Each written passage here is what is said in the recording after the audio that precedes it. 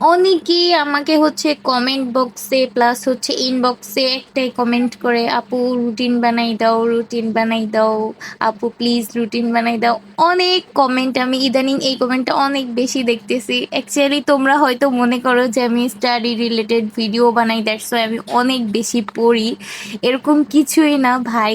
আমার আমার নিজেরই রুটিন নাই ঠিক মতো, তারপরেও হচ্ছে পড়াশোনার মধ্যে তো থাকি, মানে একদমই যে করি না এমন কিছুই না।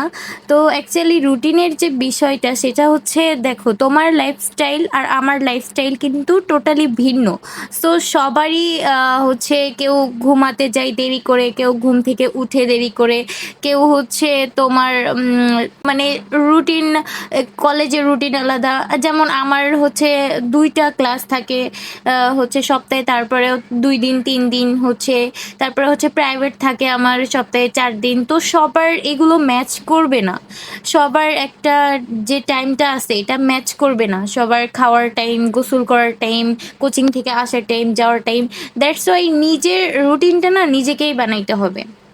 মানে যেমন মনে করো যে আমি কখন কি করব, আমার কখন কোচিং থাকে, আমার কখন কলেজ থাকে, বা হচ্ছে এই জিনিসগুলো তো ফ্যাক্ট, তাই না? তো এইগুলো মাথায় রেখে হচ্ছে নিজের রুটিনটা নিজেকেই মেক করতে হবে, যে তুমি আসলে কখন পড়তে বসলে তোমার অ্যাকচুয়ালি পড়াটা ভালো হয়। তো এইভাবেই হচ্ছে নিজের রুটিনটা নিজে বানাইতে হবে। মানে অ্যাকচুয়ালি একজনের রুটিন অন্য কেউ কখনোই বানাই দিতে পারে না, আর এটা হয়ও না। আমি যদি তোমাকে একটা রুটিন বানাই দিই, এটা তোমার সাথে ম্যাচ করবে না, আর এটা তুমি মেনটেনও করতে পারবে না।